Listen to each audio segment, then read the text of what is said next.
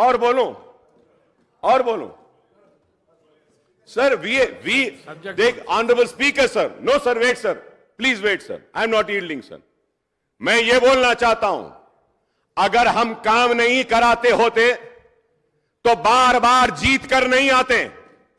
6 मरतबा जीत कर आया हूं और लोग यहां से यहां जाते हैं, वहां से वहां आते हैं, लेकिन हम जहां हैं वहीं खड़े हुए हैं। मंसूबे बनाए, साजिश बनाए, हम बुरे दिखे, मुसलमानों की एक आवाज को दबाने की कोशिश करी वो कांग्रेस ने, लेकिन उसके बावजूद भी मुसलमानों ने अपने एतमाद का इजहार हम मजलिस इत्तेहादुल मुस्लिमीन पे किया और हम कामयाब होकर आए हैं, कामयाब होकर आते रहेंगे। Let me make it one more thing clear sir, I have come with a majority of 81,000 change votes and I have secured 67,000 poll votes।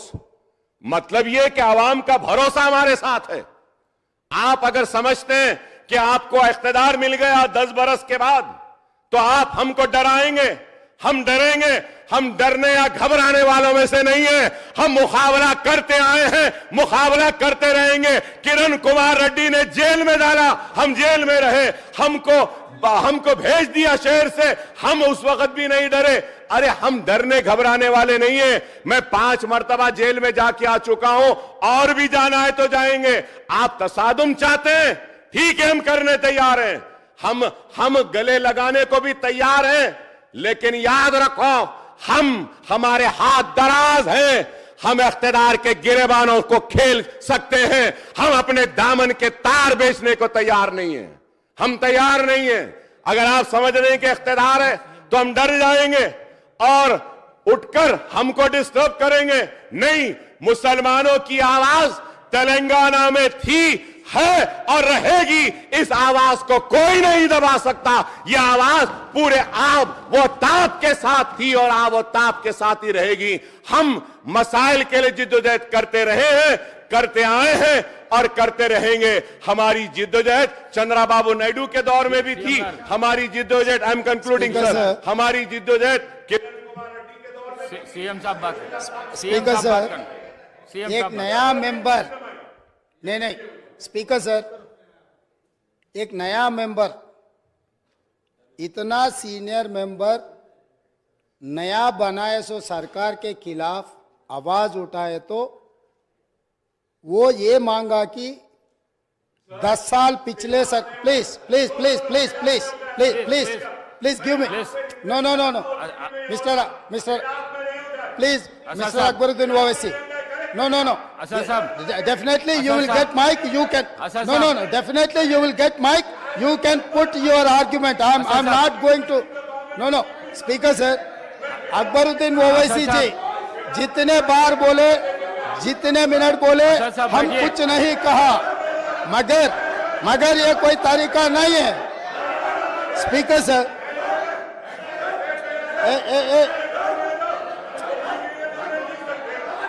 असर साहब,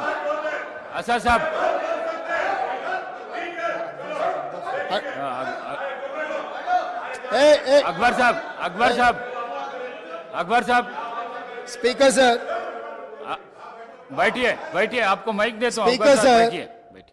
इतना नहीं सर, स्पीकर सर, अकबर साहब ने 6 बार चुनाव लड़के 6 बार चुन के आए, इसीलिए हमारे सरकार मेजॉरिटी मिलते ही अकबरुद्दीन ओवैसी जी को हम प्रोटेम स्पीकर बनाए। हम जितना उनको, वो पार्टी को, माइनॉरिटी को जितना मौका देना है हम कोशिश किए। ये 1 minute, yes, because of your seniority, this is not any out of turn quota, we have respected your seniority and your experience, that is what I wanted to clarify. At the same time, he has to respect colleague member, he is also, no seniority doesn't get any extraordinary powers, seniority or juniority or first time or 10th time member, her member के लिए एक ही तरह के हक होते हैं।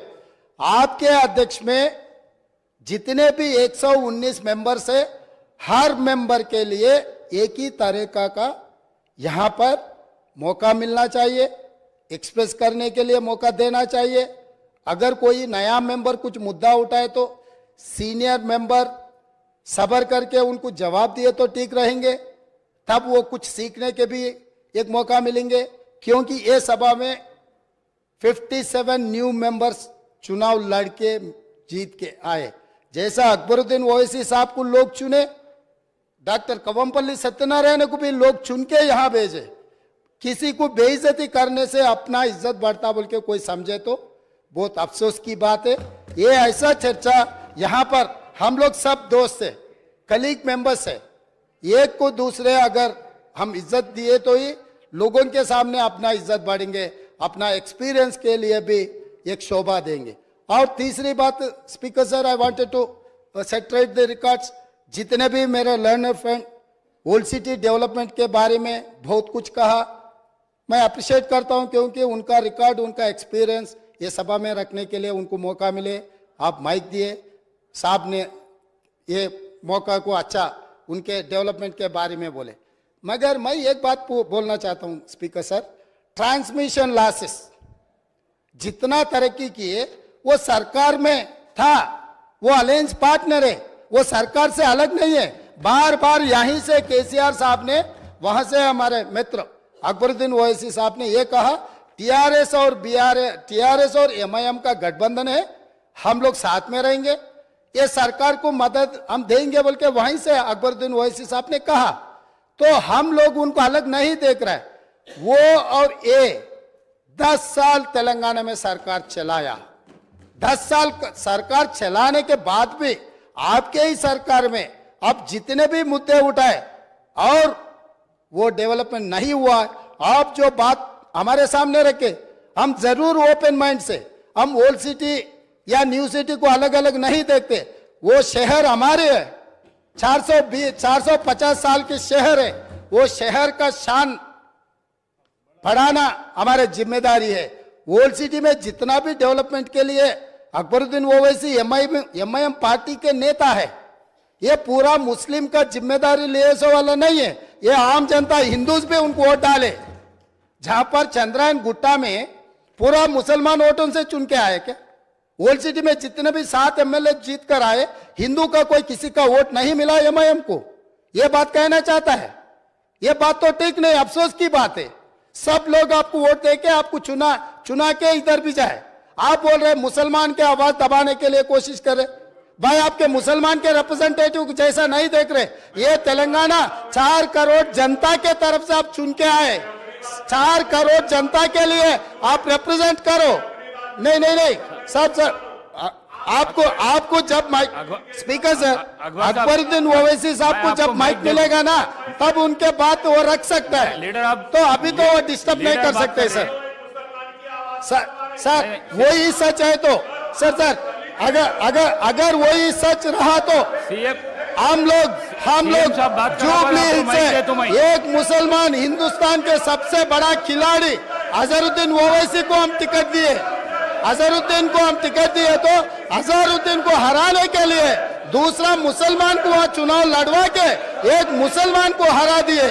दूसरी बात, कामारेड्डी से हम लोग शब्बीर अली जी को जिताने के लिए, एक माइनॉरिटी को जिताने के लिए हम कोशिश किए, तो शब्बीर अली को हराने के लिए उनके जाने माने दोस्त कल्वकुंट्ला चंद्रशेखर राव वहां कामारेड्डी से चुनाव लड़ा। साहब इन्हों अजहरुद्दीन को हरा देते एक मुसलमान को, इनके खास दोस्त कल्वकुंट्ला चंद्रशेखर राव कामारेड्डी में दूसरे मुसलमान को हराने के लिए कोशिश करते। मगर ये मुसलमान के हक के ठेकेदार कैसे बनेंगे सर? अभी रहा फाइनल। अकबर साहब आप डेफिनेटली आपको जो माइक मिलेगा तब बोलो आप। और ट्रांसमिशन लॉस के बारे में सीएम साहब बात करा, आप हाउस को आर्डर में रखो सर, आप बैठिए, आप हाउस को आर्डर में रखो सर।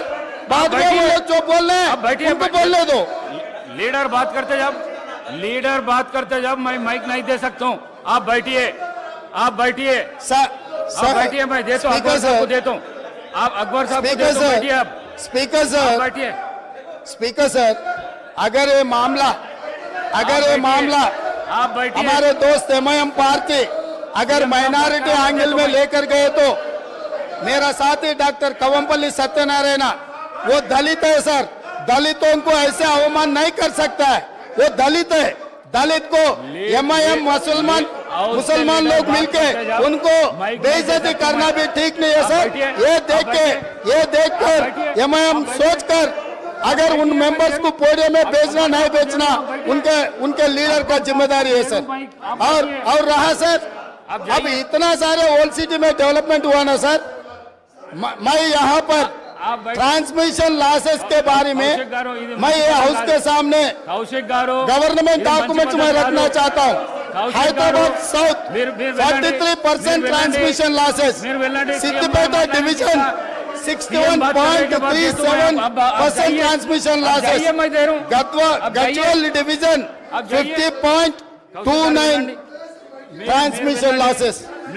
స్పీకర్ సార్, విద్యుత్ సరఫరాలో బిల్లుల వసూలులో ఈ రోజు హరీష్ రావు గారు బాధ్యత వహిస్తున్న సిద్దిపేటలో 61.37% అధ్యక్ష, గజ్వెల్ మాజీ ముఖ్యమంత్రి గారు ప్రాతినిధ్యం వహిస్తున్న